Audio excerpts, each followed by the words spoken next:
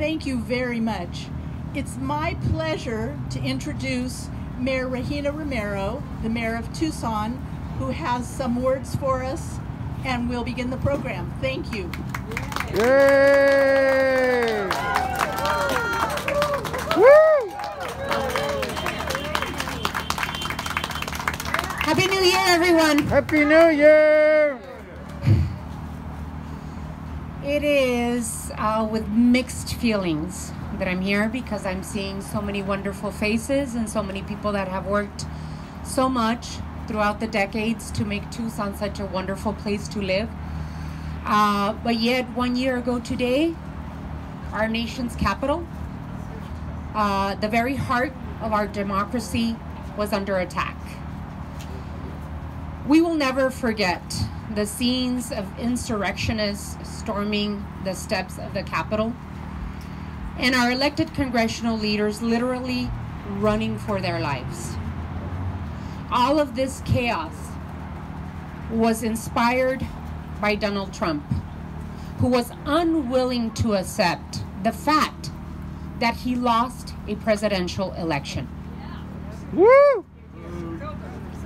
An election that was fair and certified. We are grateful for the heroic actions of both Capitol Police and Hill staffers for defending our Constitution and our democracy. Yes! Yes! We are also grateful for the safety of the members of Congress, especially Congressman Raul Grijalva, who was here with us today, who was on the floor. Yeah! On the floor, debating for the rights of the Arizonans' election. And the rightful win of President Biden as our duly elected president. Yes!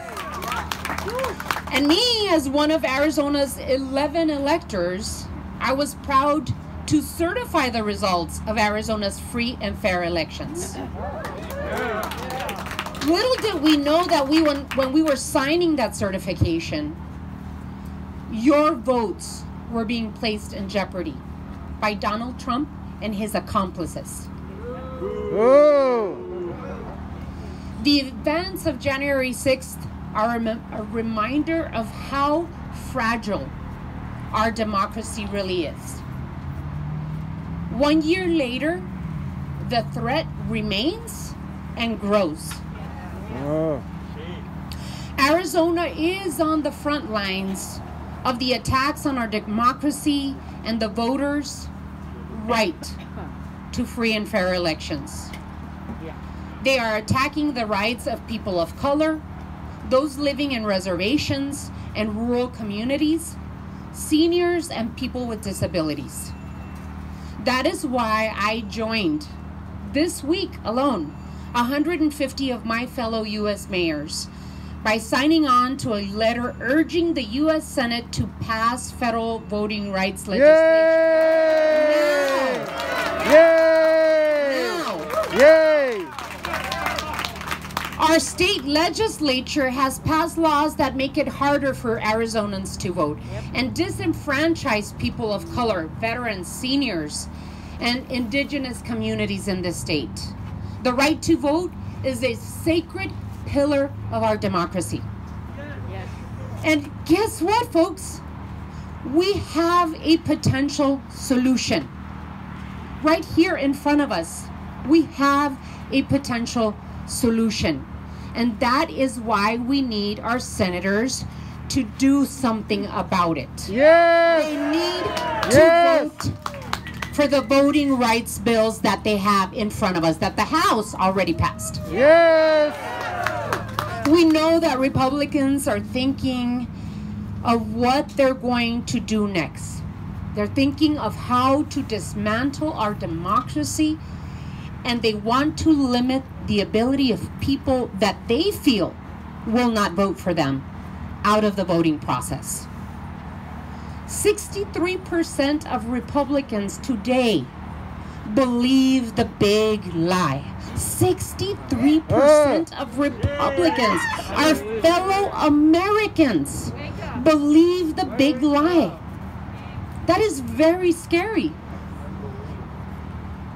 But that is why it is absolutely critical that we, one, pass federal voting rights legislation and remove and reform the filibuster if necessary. Yes! Yes!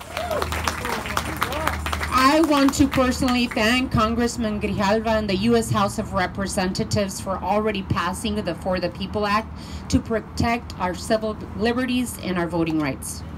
Now, it's the senator's turn. Yes!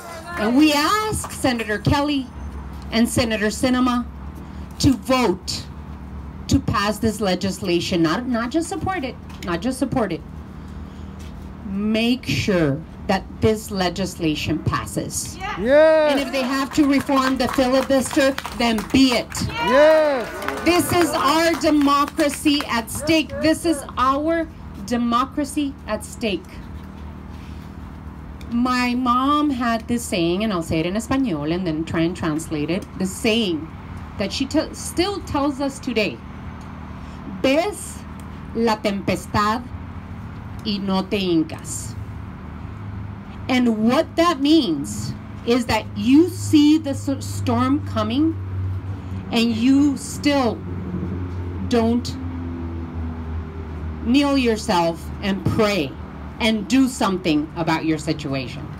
That is what we have in front of us today. We have a storm that will attack our democracy and our right to vote. And the Senate has to act now. It's not just the Senate's responsibility, everyone. Each and every one of us plays a role, a critical role, to save our democracy as well. We all have the responsibility, the duty, to not just register and vote, but make sure that our families, that our neighbors, that our co-workers are also registered and vote. That is our responsibility as Americans. And I believe that each and every one of us will play a critical role, especially this year and moving forward, in making sure that as many of us as can come out and vote. Yes! So what I ask of you today in this somber and sad day, that we recognize the atrocity of what happened 1 year ago, that we double down on our civic duty to defend our democracy, our Constitution, and each other from tyranny, from fascism, and from racism. Let's just say it. Let's just say it. Yes! I believe in all of us. I believe in the power that each and every one of us have to make this change and to make sure that we're doing everything imaginable to make sure that our democracy does not fail. Not on our watch, not on our lifetime. Yes! So I want to thank you all so much for inviting me, for having me here, for being together as a community, even in difficult times. And I have the distinct pleasure and privilege and honor of introducing a wonderful congressman, the chairman of the Natural Resources Committee, and my friend, Congressman Raul Grijalva. Yeah!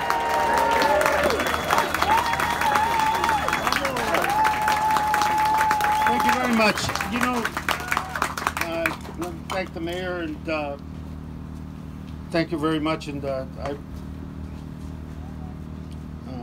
I remember meeting the mayor for the very first time. I was touring I remember meeting the mayor for the very first time, and there she was at a early childhood learning center about with story time, sitting around a teacher while they read to her. That's how long ago I remember the mayor. Which, but anyway, let me, coming over here, and I was Mona and I were talking that it's, you know, using the word commemorate for January 6th is, to me, using the word commemorate to me is wrong when we talk about this date. Commemorate, for me, connotes something honorable. There was nothing honorable about what happened on January 6th. And it's not an anniversary. It is, we need to mark this day. We need to mark this day the same way we have marked dark periods in this country's history. This is about tragedy. It is not about something aspiring or uplifting that we celebrate, commemorate, and look at it forward to its anniversary. This is completely different. This is dishonorable. This is unpatriotic. And it was a fundamental step, not only to validating a big lie. No. It was about setting the stage for something I think, and I believe deeply, much more insidious and much more dangerous to our democracy. January 6th is not going to happen again at the Capitol. I believe that firmly. Yeah. But the process that we are seeing speaks to that same direction. And what is that? What is that direction? The direction is this: that we can overturn a fair and just election because the loser isn't satisfied with that outcome. That we can orchestrate and use the institutions to leverage and continue in power someone that's a loser. And deny the winner, Joe Biden, his office, the presidency of the United States of America. Fundamentally, that was at stake. But the corrosion of our democracy as a whole is something that today we need to recommit ourselves to as part of marking this day. Yes. And that recommitment talks about making sure that the integrity of our elections is protected. And more has to be done. We have to do stuff individually. We have to do stuff collectively at a community level because that's where it's won and lost. But the United States Senate bears a huge responsibility and, yes, my friends, accountability for what happens on the issue of protecting our democracy. They have 2 pieces of legislation to assure that the vote is protected and everyone eligible has a right to exercise that free will and choose the representatives of their choice. Period. That bill is before them. And not to deny, marginalize, suppress, and ignore a sector of this society because of the perception of where their politics are at or not. The issue is we get to differ in this country, ladies and gentlemen. We get to have different opinions. That's the whole point of a democracy. And now we have a small group in an organized way trying to take that away from us. And that is the fight ahead. The voter suppression laws, running anti-democratic candidates for elections positions across this country, legislatures consolidating their power if they're in that majority, and not one Republican colleague in the Senate to stand up and say no. No Republican colleague in the House to vote, to exercise, and to continue to protect the right to vote in our democracy in this country. What does that tell you? It's not an issue of being partisan, no. It's an issue of the right side of history and the protection of our history. That's what's at stake here.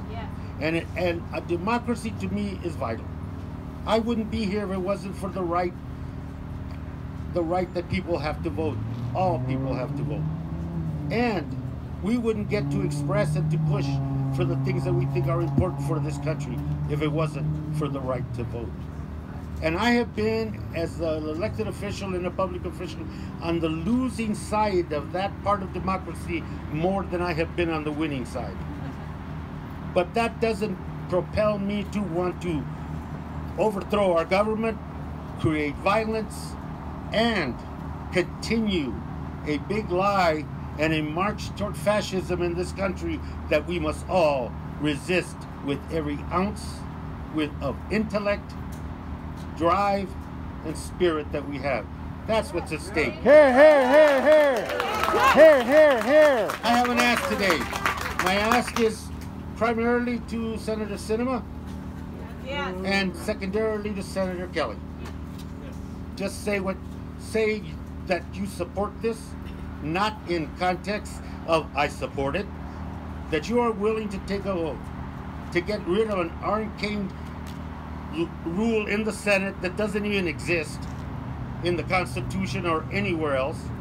Get rid of it, and if you don't vote for anything else, and I mean that, to break this filibuster, break it on this question. Yeah, right, yeah, right. And because we all have legacies. I'd say to my friends the senators, we all have legacies. And I would want their legacy to be that at this moment in history, they stood at the breach, that they defended democracy, the people's rights to vote, and the heritage that this country continues to develop to become a more perfect union. Thank you very much. Yes, yes, yes. Woo! Thank you, Congressman Grijalva, and what a good lead-in. The national organizers of the January 6th remembrances have set up a phone number. I'm going to give it to you now. You can put it into your phones. A little later, we'll all make a call at the same time, if that works for you. It will connect you with your senators, Kelly and Sinema. Tell them where you are, what you are doing, and what they need to do now. The phone number is 833-345-2551.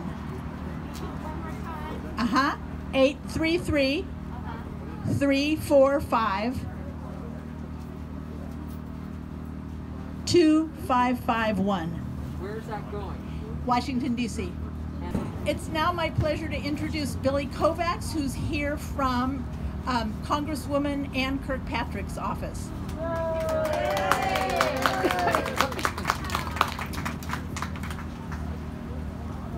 Good evening. I know most of you, but I can't recognize everybody with the masks on. But I'm here from Representative Ann Kirkpatrick's office. I'm Ann's district director. And I just wanted to start out thanking Representative Grijalva as well as Mayor Romero for their words and their remarks. Yes, yes. Anything that I say right now, it should just be an addition to not only their work and their wisdom and their words, but their passion for this community and the rule of law. We've seen the chairman's leadership over the last few years and his steadfast commitment to law and the truth, and the normalcy of how government is supposed to work. And on January 6th, that was broken last year. I had about a 2-hour breakfast with the Congresswoman this morning, talking about that day and where she was in the Capitol, the path that she took, the time that she spent with her husband, the uncertainty of our staff, our legislative director, our chief of staff, her husband, and the safety of everybody that was in that building. And it was jarring that someone that I look up to, that I admire, that I revere, was so shaken on that day that it's still, those memories reverberate to even now, a year later. Just remember those things as we take these actions going forward. Calling your senators, making sure that this never happens again, like the chairman said, that we do not normalize this behavior, but we stand against it and we push against those things, because at the end of the day, we are Americans, not in a partisan way, but we have one voice and one name and one future together. And without that, we are nothing. So I want to read a prepared statement from the Congresswoman, and she wishes that she could be here. She's with family today. But luckily I have a voice and a car and legs, so I'm here. As we mark 1 year since the deadly assault waged on the U.S. Capitol, Congress, and the Constitution, we must not allow anyone to rewrite the history or to whitewash the gravity of what took place that day. A little better? Yeah. The insurrection was incited by then President Trump and was an assault not only on our Capitol, but on democracy itself. It is our duty to the Constitution and to this country to find the facts of January 6th and this insurrection to ensure that such an assault on our democracy cannot happen again. No one is above the rule of law, nor can one simply and overtly toss out a free and fair election simply because they lost. The January 6th insurrection was a failed coup, not because those who forced their way into the Capitol failed to overthrow the election, but because many public servants had taken a solemn oath to defend this country, and they stood up that day and did just that. Yes! People like Capitol Police, who held the line as they were outmatched by the mob of rioters, and made sure to keep staff, members, and the community in our government safe. And just an anecdote, there was over 140 injured Capitol Police that day. One succumbed to injuries that day, but many still have injuries and scars. Elections officials in swing states who rejected calls from the president to decertify the election are also heroes that day. The vice president, who defied his own administration's efforts and worked with members from both parties to finalize the results of the election with Congress as they returned to the Capitol and made sure to have a peaceful transition of power. Yes. That is very important. And members of Congress and the government who safely returned, as well as men and women that were staff, that were first responders, that were support staff, that came back and helped with that certification. But to those on the other side of history who choose to defy the core tenets of our democracy and engage in treasonous behavior, I say we will root you out. And we will make sure that history remembers your failed coup of this republic. Yes. And your betrayal of our American values and ideals. Yes. Today, our nation is at a crossroads in history. Each day, there are attacks on our government. And we need leaders that will honor the truth, facts, the science, to lead us into a prosperous future. Leaders that will reject the spread of fake news, who will defy efforts to gerrymander our election maps, and who will stand against efforts to suppress our vote. Our decisions in the next few years will define the rest of our country. And it is our responsibility to heed and honor the words of the past. The words of President Lincoln, who said, "My fellow citizens, we cannot escape history. We will be remembered in spite of ourselves. No personal significance or insignificance can spare one or another of us. We hold the power and bear the responsibility." Let us remember these words, and let us work to reconfirm our commitment to the truth, to the rule of law, and to the values of this great nation. All right, Billy! Woo!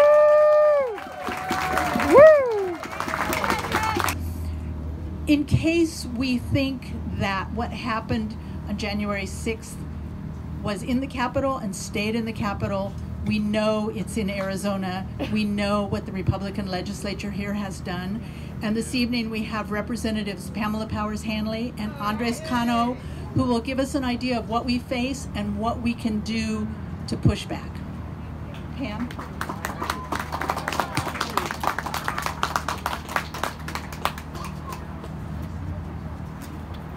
Thank you very much for inviting me here, and thank you all for showing your support for democracy in our country.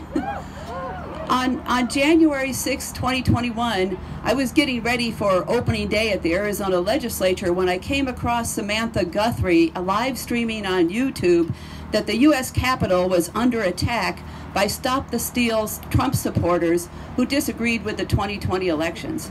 I couldn't believe my eyes as I watched insurrectionists scaling the walls of the Capitol and running down the hallway while droves of rioters still were arriving at the Capitol. Earlier in the day, I had seen photographs of Arizona State Representatives Mark Fincham and Anthony Kern at the Trump rally and in the Capitol area. The day began with a presidential rally and a big speech, but I was terrified at how that day was going to end when I saw elected officials cower beneath their desks and then run to safety. I'm glad you're still here, Representative Grijalva. It was just terrifying for us to watch. When they made the decision to come back and certify the election, even though it might not have been totally safe, I admired their bravery, but I had scenes of Designated Survivor when the Capitol blew up on TV in my head saying, "Please save our country." January 6th was horrifying, but as an Arizona legislature, it is obvious to me how we got here as a country. The Arizona Legislature has been ground zero for Stop the Steal, and several representatives and senators have been fanning the flames of misinformation in hopes of derailing a free and fair election.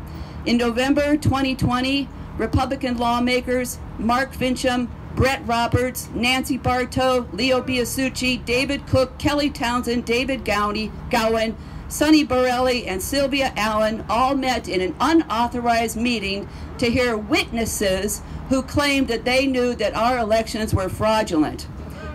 Who was there in the background? Congressman Paul Gosar and Andy Biggs sitting there with Rudy Giuliani. It was an infamous event that made national headlines, and we watched as this happened. On the same day, just blocks away, Governor Doug Ducey and Secretary of State Katie Hobbs certified the election, as Regina Romero had mentioned. Early in December, just a few days later, the Q shaman and Trump supporters draped in flags rushed into the Arizona House lobby and occupied it until the 8 or 9 o'clock at night. Luckily, DPS and the security guards were able to secure the building so those rioters who showed up in DC later didn't ransack the halls of the Arizona House that day. December 3rd was an obvious dry run for January 6th. We must stay vigilant in the state of Arizona as the legislature goes back into session on Monday, just a few days from now. Of all those people that I listed, 7 of the 10 are in office, and they will be at the legislature on Monday. They are at the forefront of voter suppression. They led the rally in 2021. We expect more of it in 2022. The Independent Redistricting Commission just handed us maps that are so gerrymandered that this midtown neighborhood, instead of being in a compact and contiguous neighborhood with other Tucson neighborhood, is connected to the border now. The congressional maps are so gerrymandered that Kelly Townsend, yes, voter suppression queen of the legislature, Kelly Townsend from Apache Junction, is running for CD6, which is what's left of Congresswoman Ann Kirkpatrick's district. Do you want Kelly Townsend as your congressperson? That's what I say. I don't want her as my congressperson either. And also other stars of voter suppression, Mark Fincham and Shauna Bollock, they're running for Secretary of State. So we are still at ground zero, and we have to watch what these people are doing. As President Biden warned earlier today, our democracy is still in peril. To protect our elections and our rights, Arizona desperately needs the Congress to pass the voting rights legislation in front of them, which has already been mentioned: the Freedom to Vote Act, the John Lewis Voting Rights Advancement Act, and the Protect Our Democracy Act. As our country and our state, our democracy depends on action and reform. Voters must control the elections and not money and special interest groups. Thank you.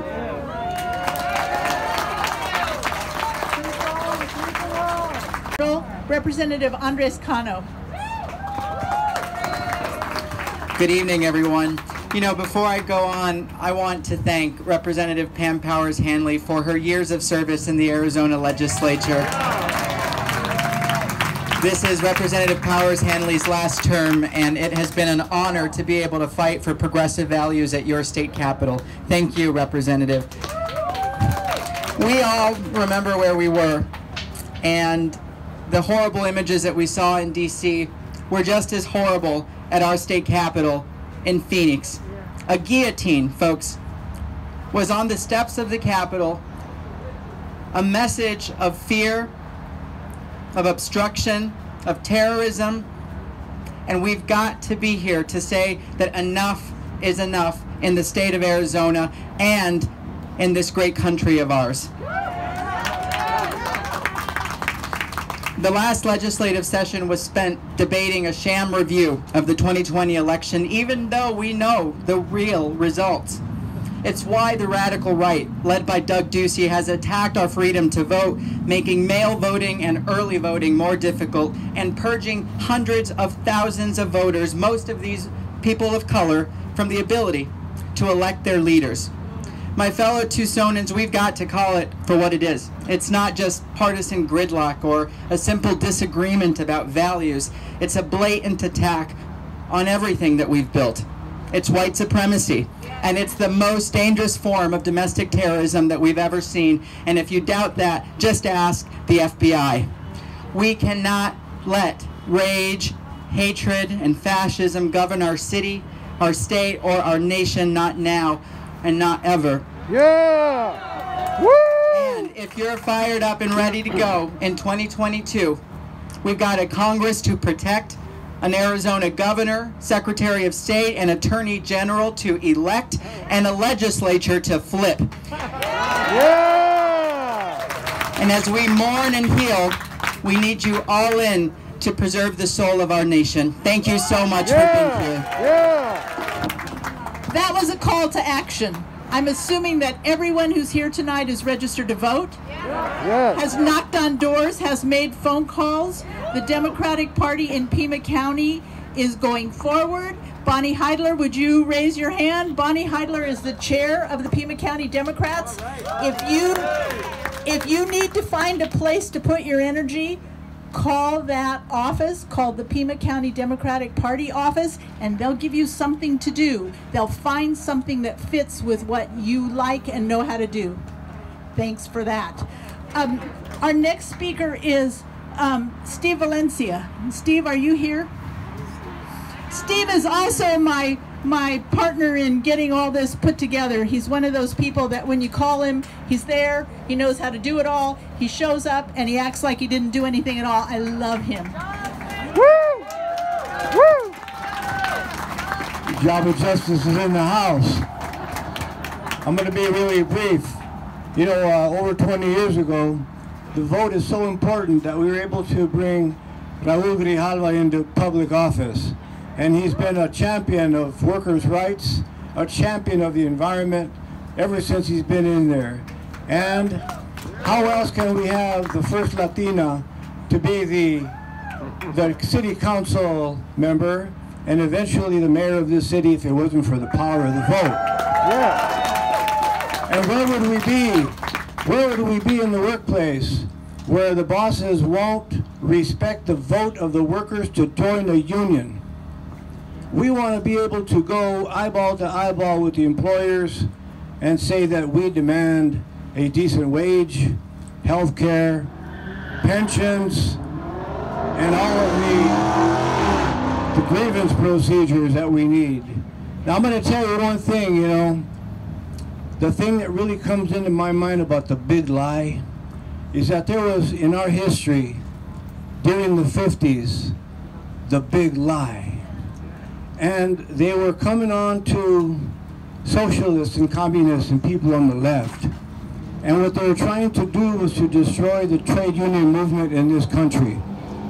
Now, here we are in 21, 22, and the attack has expanded over the entire working class to put down the right to organize, to put down the movement for climate change, to put down the Equality Act, to put down every immigrant rights and voting rights legislation that there is, and now it's gone broader. And so now as a class, black, white, and brown, indigenous, people of color, have to come together and stay doing what they're doing right now. Everybody in here is doing work in climate. They're doing work in immigration and voting rights.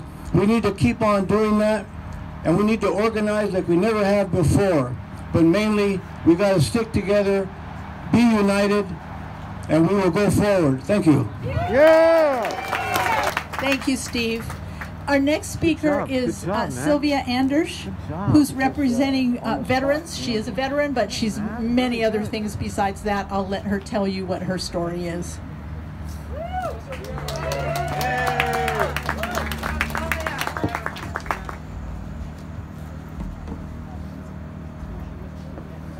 Thank you very much for having me here today. I'm a little bit nervous. This is kind of new for me, but I figure you just gotta show up. I came here today with it was a difficult day for me. It was a very traumatic day to look at the scenes again, and as a veteran, it was extremely painful. Especially since I know that there were veterans there, and it's heartbreaking to see treason being committed in real life, in real time. But if I want to go back to something that made it even more painful, I was there in DC on the Saturday after the election when they called Biden as the winner. And let me tell you, we were there for a Count Every Vote campaign. Common Defense is very active in doing that. I had never seen so much joy and so many people in my life. Wow. People were dancing in the streets. People were sobbing. People were bringing their children out on their shoulders so that they could see this. We all went up to the fence where the White House was, and people were texting me from here saying, "You got to sing that Na Na Na song. You got to sing that." And I said, "We already did that." And so to go from that unbelievable high of thinking after 4 years of really hard work, we had succeeded. And then to see January 6th was like a stab in the heart, and especially to see that it was veterans that were involved. And it reminded me of the fact that when I was 18 years old, I went and I took an oath. I swore on the Constitution to defend against all enemies, foreign and domestic. And when you're 18 years old and you have to put your hand up and they're telling you you're going to put your life on the line, it's a very sobering, seminal moment, and you realize you got to be a grown-up. You got to do your duty. You've got to put your childhood behind you, and you have to go forward. So to go from knowing that oath that I swore at 18 to seeing these people that are breaking that oath, it was devastating. And I work in Common Defense, which is the largest veterans, democratic, progressive veterans organization. And most of the people in there are combat veterans from Vietnam, not from Vietnam, from Afghanistan, from Iraq, and they are so triggered by seeing these kinds of things because they fought overseas, and some of them died for voting rights, for freedom, and now they have to see it from their own citizens, their own fellow Americans, and it's just brutal. So it's been a hard time. It's been a hard time today, and I just got to think these veterans and citizens calling themselves patriots, are treasonous.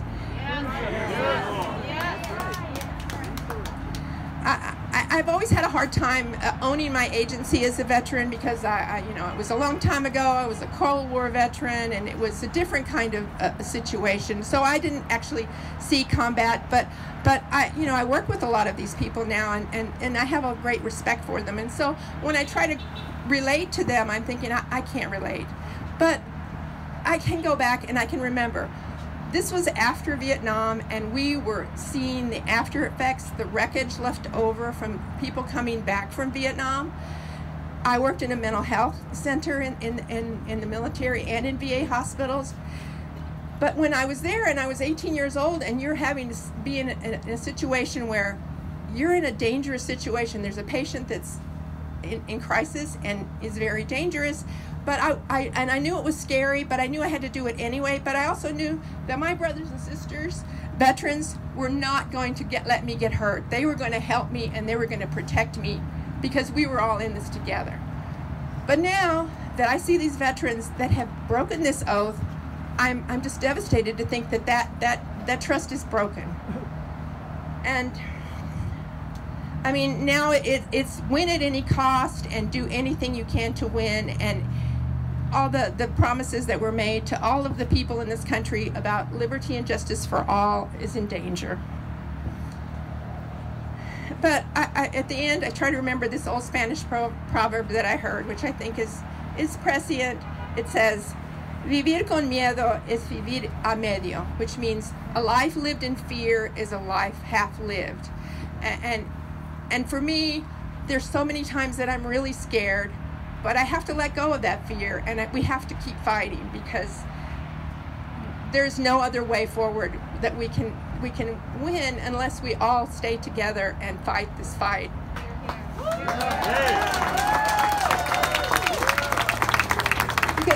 Because we have to do this for democracy, we have to do this for our friends and family, and we have to do it for everyone. I mean, anyway, I really appreciate you listening to my rambles and my difficult stories, and we just can't let apathy win. We have to keep fighting, and fear is what keeps people from working and doing things that they're afraid of doing. So right now for us, it's the fear of being bullied, the fear of being intimidated, the fear of being hurt, the gun violence and everything. For them, fear, they're scared too. They're very scared. But for them, that justifies violence. And that is the difference between us and them.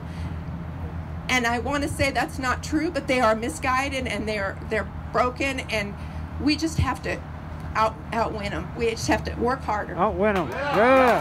Hey. I'd like to thank the Veterans for Peace in the yellow vests who are providing security. And our next speaker tonight is Buzz Davis from Veterans for Peace. Buzz, are you here? I am here. Ah, good.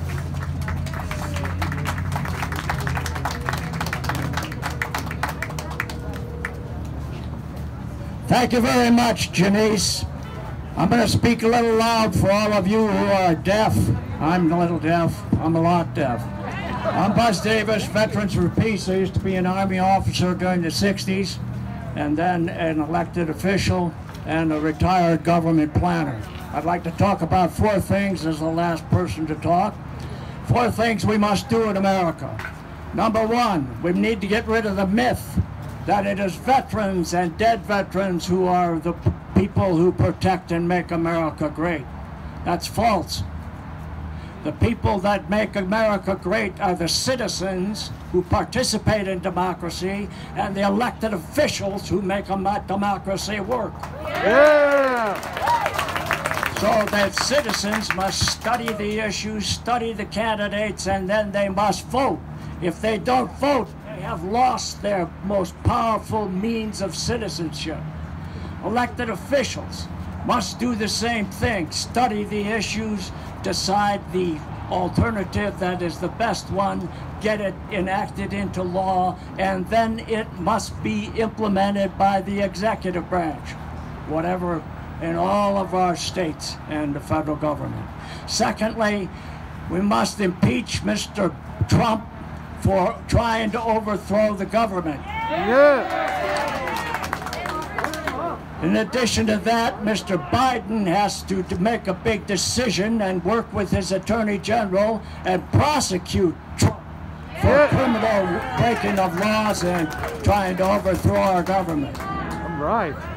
The third thing is we need to expel about 147 House and Senate members. 7 Senate members should be expelled for voting against the process of the Electoral College, and 139 House members should be expelled. And fortunately, they're all Republicans.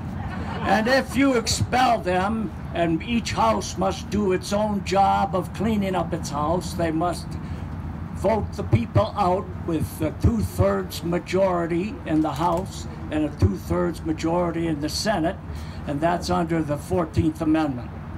And so that needs to be done. And the people who are up for being expelled sure as hell shouldn't be able to vote. Right, all right. The last point is the abolishment of the filibuster. Thank you. Okay. America has one federal Congress and 50 state legislatures, and then we have thousands of elected government bodies that decide the vote on an issue 50% plus one voter. It's not 50% or 60% that want to talk about an issue. A decision is made by 50% plus one voter. That determines the issue. So in the Senate, which has been failing for the last 30 years because of the delicious thing they call the filibuster, which Democrats and Republicans both use and abuse, that has to go.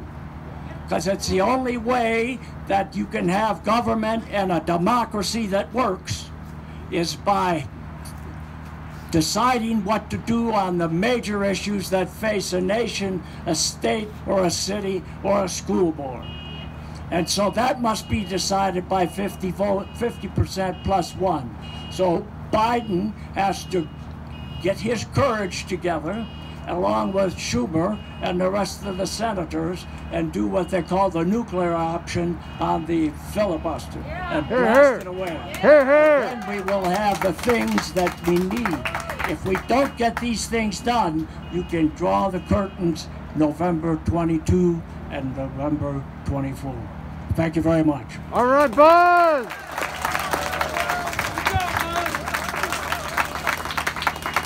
I don't think we've mentioned tonight DC statehood too, which is one of the issues that the national organizers have put out there.